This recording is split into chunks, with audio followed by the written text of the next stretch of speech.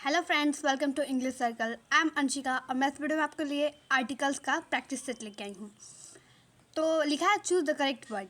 यहाँ में मैंने आर्टिकल का आपको बताया था ना, ए एन और द होता है, तो उसमें हम लोग को करेक्ट वर्ड फिल करना है यहाँ पे। ओके, तो पहला क्वेश्चन है I give him a punch on dash nose. Okay, option है द, टू, ए और एन। ओके, तो मैंने आपको बताया था और बताना। तो ऑप्शन हम लोग ने देख लिया। अब मैं आपको बता दूं कि ये यहाँ पे कोई पार्टिकुलर इंसान का बोध करा रहा है, यानी हिम पार्टिकुलर इंसान का बोध करा रहा है और उसके नोज़ पे उसने एक पंच दिया। मैंने उसके नोज़ पे एक पंच दिया, तो यहाँ पे क्या लगेगा?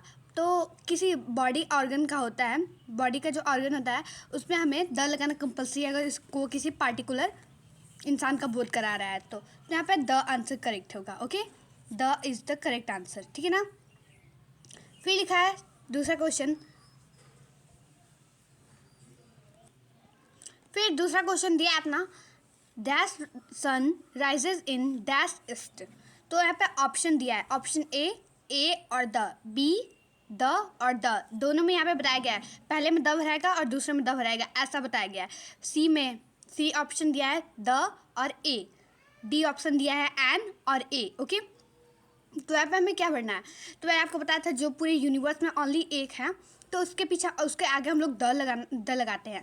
तो सन एक ही है, तो उसमें हम लोग द लगाएंगे। तो पहले में द होगा, तो हमें बी और सी दोनों में द पहले दिया है, तो ये हम लोग जान गए कि बी और सी होगा। ए और डी का पत्ता कट गया। ओके, और बी और सी में हम लोग को डाउट है कौन सा होगा। ओके, तो फिर यहाँ पे दिया है राइजेज इन द ईस्ट। तो डायरेक्शन के आगे भी हम लोग द लगाते हैं, ठीक है ना। नोट कर लीजिए, डायरेक्शन के आगे हम लोग द लगाते हैं। तो यहाँ पे हो जाएगा आपका द और द, ठीक है ना। The sun rises in the east, so B is the correct answer. Okay, फिर नेक्स्ट पेज पे चलते हैं हम लोग।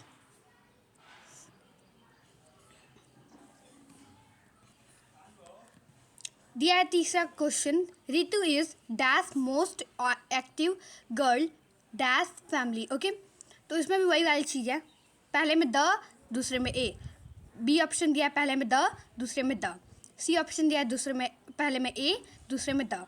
डी ऑप्शन दिया है पहले में ए और दूसरे में भी ए। तो मैं आपको बता दूं कि मोस्ट सुपरलेटिव डिग्री है। ओके, ठीक है ना, मोस्ट सुपरलेटिव डिग्री है। तो मैं आपको बता दूं सुपरलेटिव डिग्री में मैंने आपको कहा था कि द लगेगा। तो यहाँ पे ए और बी दोनों में पहले द दिया है, तो ए और बी इसमें कंफ्यूजन है, आपको डाउट है कौन सा होगा। तो फिर मैं बता दूं गर्ल इन डैश फैमिली, ठीक है ना। तो यहाँ पे पार्टिकुलर ऋतु का फैमिली पार्टिकुलर बोध करा रहा है। ओके, पार्टिकुलर बता रहा है, तो यहाँ पे हम लोग द लगाएंगे, ठीक है ना। इन अ फैमिली, तो उसके फैमिली के बारे में बात कर रहे हैं ना हम लोग। एक फैमिली मतलब किसी के भी फैमिली हो जाएंगे, वो पार्टिकुलर इंसान के बारे में बता रहे हैं हम लोग, तो यहाँ पे द और द दोनों लगेगा। तो so B is the correct answer. फिर फोर्थ नंबर क्वेश्चन देखते हैं, she comes to my college once dash week. Okay, तो वह कॉलेज में आती है एक वीक में, मतलब वीक में। तो मैं आपको बता, मेजरमेंट का मैंने आपको बताया था ना, मेजरमेंट। तो उसमें अगर हमें एक का बोध कराना हो तो हमें ए लगा दे। वंस एक बार मतलब एक ही ना आएगी, एक बार वीक में एक ही बार ना आएगी, तो B is the correct answer, ठीक है ना। फिर देखते हैं fifth question number, last week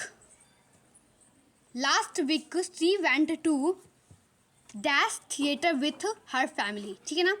तो यहाँ पे मैं बता दूँ आपको, तो यहाँ पे दिया है last week she went to dash theatre with her family. तो ऑप्शन दिया है ए बी, ऑप्शन बी दिया है the, option C is an, option D is by. तो मैं आपको बता दूं कि मैंने आपको बताया था कि सोशल प्लेसेस में द आगे लगता है, तो ये थिएटर एक सोशल प्लेस है ना, तो यहाँ पे द लगेगा। So B is the correct answer. Okay, फिर सिक्स नंबर क्वेश्चन है, she has come without dash umbrella. तो यहाँ पे she has come without dash umbrella, तो option A is a, option B is an, option C is the, option D is to the.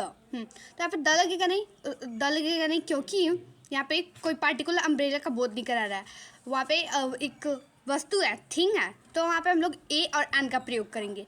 तो umbrella में pronunciate कर रहे हैं, तो अम्ब्रेला में देखिए, अम्ब्रेला अम्ब्रेला में शुरुआत का लेटर आ रहा है ना, आ रहा है, तो यहाँ पे हम लोग एन का प्रयोग करेंगे कि ए का प्रयोग करेंगे? सो वावेल है तो यहाँ पे हम लोग एन का प्रयोग करेंगे। So B is the correct answer. Okay, फिर नेक्स्ट क्वेश्चन की तरफ हम बढ़ते हैं। 7th नंबर क्वेश्चन दिया, will they give me dash piece of bread. मैंने आपको बताया था मटेरियल नाम के पहले ए नहीं लगता ना एन लगता है, तो अगर मैं आपको बताई थी कि अ पीस ऑफ ब्रेड लिखा जा सकता है, तो option A is a, option B is 2A, option C is the, option D is to the. तो यहाँ पे ए लगेगा बिकॉज मैं आपको बताई थी कि अ पीस ऑफ ब्रेड, एक टुकड़ा। तो ऑप्शन ए इज़ करेक्ट, ठीक है ना, ऑप्शन ए इज़ करेक्ट। फिर 8th नंबर क्वेश्चन दिया है, each of dash boys has a book. तो यहाँ पे ऑप्शन दिया है, option A is a, option B is the, option C is an, option D is in. यहाँ पे आर्टिकल का क्वेश्चन, तो इनका तो इन तो लगेगा नहीं, ए एन और द लगेगा। तो यहाँ पे ए एन और द में से कौन सा लगेगा? Each of the boys, because क्यों लगेगा द बॉयज़, क्यों लगेगा? यहाँ पे पार्टिकुलर बॉयज़ का बोध करा रहा है, सभी बॉयज़ों के पास यहाँ के ईच ऑफ द बॉयज़, सभी प्रत्येक बॉयज़ के पास बुक है, तो पार्टिकुलर बॉयज़ का बोध करा रहा है ना, बिकॉज यहाँ पे अगर मैं लड़के हैं कुछ, तो मैं यहाँ पे बोलूँ कि each of the boys has a book, तो यहाँ पे पार्टिकुलर लड़के का बोध करा रहा है, पार्टिकुलर लड़कों का, तो इसलिए यहाँ पे द लगेगा, ठीक है ना। नेक्स्ट क्वेश्चन देखते हैं। हाँ, 9th नंबर क्वेश्चन दिया है, 9th नंबर क्वेश्चन दिया, the dash piano is dash musical instrument. तो वही वाले पहले में क्या भराएगा, दूसरे में क्या भराएगा, ऐसा वाला क्वेश्चन है। तो ए ऑप्शन इज ए और the, B is a and a, C is the and a, D is the and the. तो पियानो एक म्यूज़िकल इंस्ट्रूमेंट है, ये बताया गया है, तो म्यूज़िकल इंस्ट्रूमेंट के पहले हम लोग को द लगाना चाहिए, ठीक है ना, द लगाना कंपलसरी है, तो द पहले में लगेगा। ये तो हो गया, सी और डी में आ गया द पहला। फिर से इज़ द म्यूज़िकल इंस्ट्रूमेंट लगेगा कि ए म्यूज़िकल इंस्ट्रूमेंट लगेगा? तो यहाँ एक म्यूज़िकल इंस्ट्रूमेंट है, ओके, तो पियानो एक म्यूज़िकल इंस्ट्रूमेंट है, यानी वाद्य यंत्र है, ठीक है ना। तो यहाँ पे C is the correct answer, is a musical instrument. Okay, फिर 10th नंबर क्वेश्चन दिया, I was not in dash mood to play. मैंने आपको बताया था कि फ्रेज़ में अगर फ्रेज़ हो तो उसमें कुछ फ्रेज़ में ए का प्रयोग करना है, आर्टिकल का मतलब ए एन का प्रयोग करना है, कंपल्सरी है। तो मैंने आपको बताया था in a mood, in a dilemma, at a cost, ऐसे बहुत सारे हैं, तो मैंने आपको बताया था। तो in a mood to play, so option C is correct. Option A में टू लगा है, तो ये आर्टिकल का क्वेश्चन है, तो टू इसमें लगेगा नहीं, बिकॉज ये आर्टिकल का क्वेश्चन है। फिर बी में एन लगा है, सी में ए लगा है, डी में द लगा है। तो मैंने आर्टिकल में आपको बताया था कि ए और एन ही का प्रयोग होगा फ्रेज में, ठीक है ना, द का प्रयोग नहीं होगा। ए और एन लगा, ठीक है ना, हम लोग मान लिए ए और एन लगेगा, बट मूड में अगर हम प्रोनाउंसिएट करें तो मूड म से स्टार्ट हो रहा है, यानी ए लगेगा, ठीक है ना। तो ये वाला क्वेश्चन ख़त्म। फिर देखते हैं 11th number question, his old friend met me dash year ago. तो उसका पुराना दोस्त मुझसे कब मिला, साल पहले मिला। तो यहाँ पे option A is in a, option B is a, option C is an, option D is the. सभी को पुट करते हैं यहाँ पे। His old friend met me in a year ago. तो वो एक साल में मेरे से एक बार मिला, पहले की बात है, तो मिला, तो एक साल में मेरे से एक बार नहीं मिला।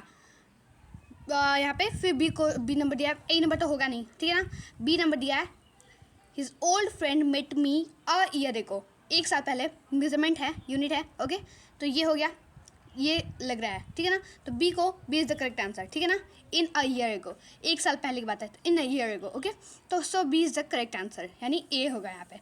फिर सी को भी पुट करते हैं, इन एन ईयर एगो, तो एन लगेगा नहीं, बिकॉज यहाँ पे ईयर में प्रोनाउंसिएट करें तो ईयर आ रहा है, ओके, ठीक है ना। फिर the in the year ago, met me the year ago, sorry met me the year ago, तो ये तो होगा नहीं, ठीक है ना। Is that clear? फिर सो यहाँ पे बी करेक्ट आंसर होगा, ओके। 12th नंबर क्वेश्चन दिया है, get her dash kilo of rice from dash nearest shop. तो वही वाली चीज़ है, दो वाला आंसर है। ए नंबर दिया है, option A is the and a, option B is the and the, option C is a and a, option D is a and the, okay. तो गेट हर यहाँ पे मेजरमेंट का बोध हो रहा है ना, तो अ किलो ऑफ राइस होगा। यहाँ पे अगर 2 किलो दिया रहता है, 3 किलो दिया रहता है, यहाँ पे 2 3 यहाँ पे देना चाहिए था इसको। अगर यहाँ पे डैश दिया तो यहाँ पे ए ही लगेगा। और एन क्यों नहीं लगेगा? क्योंकि यहाँ पे एन तो वैसे दिया नहीं, बट आप समझ लीजिए एन क्यों नहीं लगेगा। एन किलो की से स्टार्ट हो रहा है, क से, तो यहाँ पे लगेगा नहीं, बिकॉज क है तो कॉन्सोनेंट है, ठीक है ना। तो ए होगा, तो सी और डी में ए दिया है। फिर देखते हैं फ्रॉम द नियरेस्ट शॉप, क्यों लगेगा? फ्रॉम द नियरेस्ट शॉप क्यों लगेगा? बिकॉज यहाँ पे नियरेस्ट क्या है? सुपरलेटिव डिग्री है ना, तो सुपरलेटिव डिग्री के पहले लगता है ना द, तो नियर, नियरर, नियरेस्ट। ओके, तो फ्रॉम द नियरेस्ट शॉप, तो ए and the, so D is the correct answer, ठीक है ना। तो इसके साथ हमारी वीडियो एंड हो रही है। अगर आपको मेरी वीडियो अच्छी लगे तो लाइक करें, चैनल को सब्सक्राइब करें और कमेंट में ज़रूर कमेंट करें, ठीक है ना। कमेंट करना ना भूलें। Thank you.